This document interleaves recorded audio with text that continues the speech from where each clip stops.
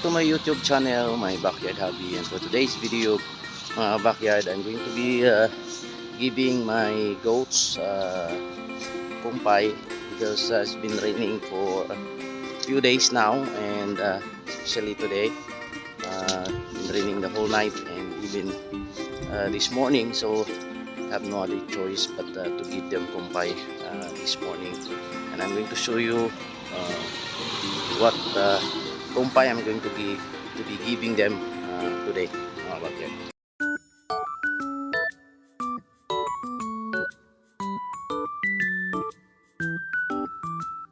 Ito yung ating ibigay sa kanila ngayong umaga.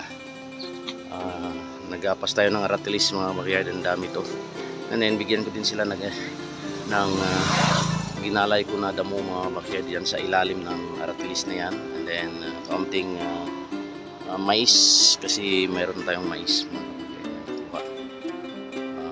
So ito yung ating ipakain sa kanila this morning, and I'm going to bring this to their shelter for now, mga backyard.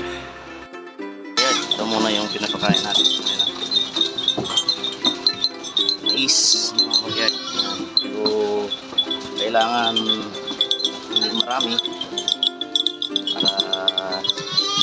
para hindi maano, karoon tayo ng bloated soup, mga backyard. So unti-unti lang, mga backyard. Kasi gusto nilang kakainin ng mais. Yan ba, mga backyard, para sila ay makakain ng mais. Yan. Hindi marami yung aking nilalagay, mga backyard. Hindi naman palagi kasi minsan lang tayo magkaroon ng mais. Yan, naibigay na natin sa kanila yung aratilis. Ayan, ito. Ayan natin sa kanilang feeders at kinakain na nila, mga backyard. So kailangan nakaangat, nakahang yung ating mga aratilis or anumang mga dahon na kakain natin sa kanila para hindi nila maapakan. Kasi kapag maapakan nila ay hindi na nila kinakain mga kambing. So kaya palagi nakaangat yung ating mga kumpay sa kanila. Ayan. So ito na yung aratilis. Yan, kinabit ko, pinali ko sa taas para naman para na kaangat siya sa kanilang sasahig, saka makain nila lahat, mga backyard. So ito yung ating pagkain nila ngayong umaga. And meron pa ako ng dalawang mga grass na ginalay, ilagay ko din sa kanila ang dagdag sa kanilang pagkain. Isa dun sa mais na kinain nila, itong aratilis, mayroong konting grass para busog na sila ngayong umaga, mga backyard. So yan, aratilis, mga backyard. Ayan, nilagay ko na rin yung damo. Ayan, yung damo. Yung pinakain nila. Ayan, so linagay ko dito sa feeder nila sa ilalim para kain nila. Ayan. So, at least may damo tayo, yung aratilis at saka yung mais kanina. Sigurado busog na ito sila umaga na ito. Kasi itong klaseng damo na kinukumpay natin sa kanila. Ayan, backyard. So, yung kalaban natin kapag tag-ulan, mga backyard, kailangan na magsipag tayo na maghanap ng kumpay para sa ating alagang kambing. Ayan. Ganun din kapag tag-init.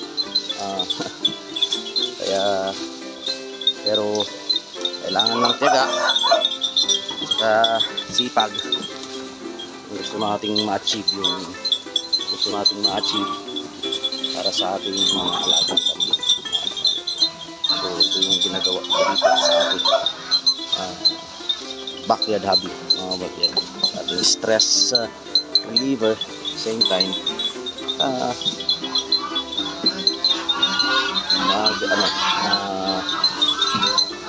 palipat lampas sa oras mga backyard.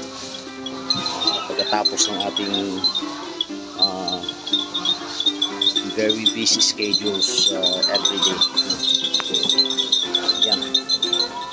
Sigurado busog na ito siya. Tingnan natin ng hapon.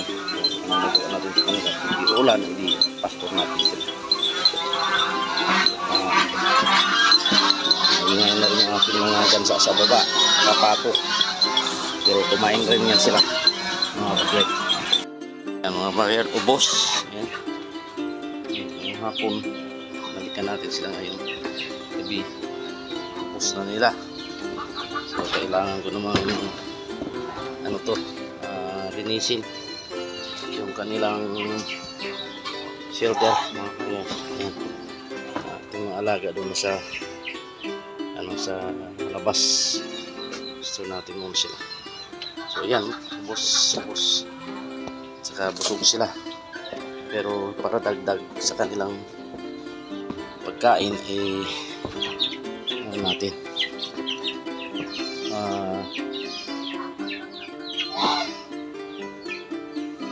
pinalabas natin sila muna. Okay. Yan. Busog na sila.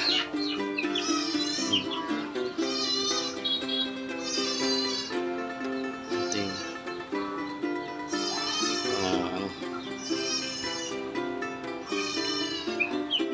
kaya yung ating mga alaga kumakain sila dito. Nalabas natin muna sila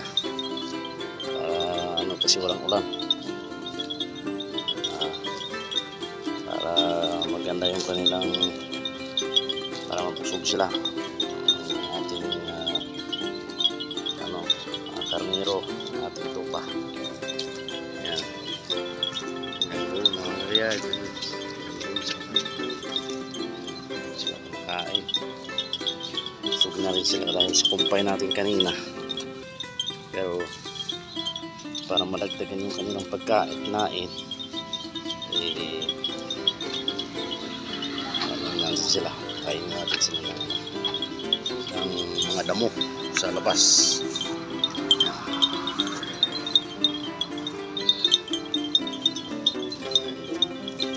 May penlay kaliเดี๋ยวให้เขาไปกินที่โน่นก็ได้ไม่เป็นไรให้เขากินที่นั่นแหละ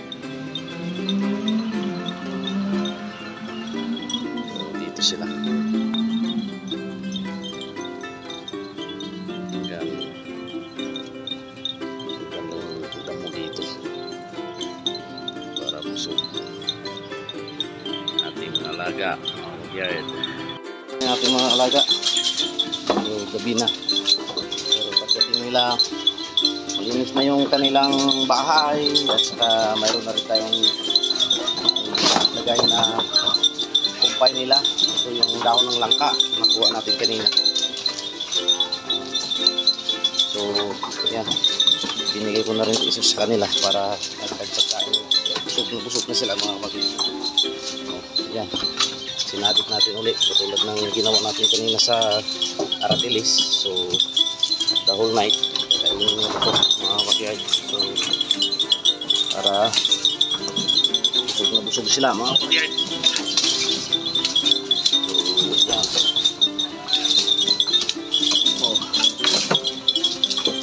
Sila mauubusan ng pagkain para busog sila.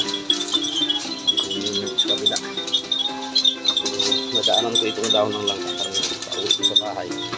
Kaya kinuha ko. So, maraming salamat mga kabagyad sa inyong pagsuporta sa aking YouTube channel. If you did not subscribe yet, please subscribe and click the notification bell so that you will be updated sa ating next video, and don't forget to like, share na ating mga videos. God bless!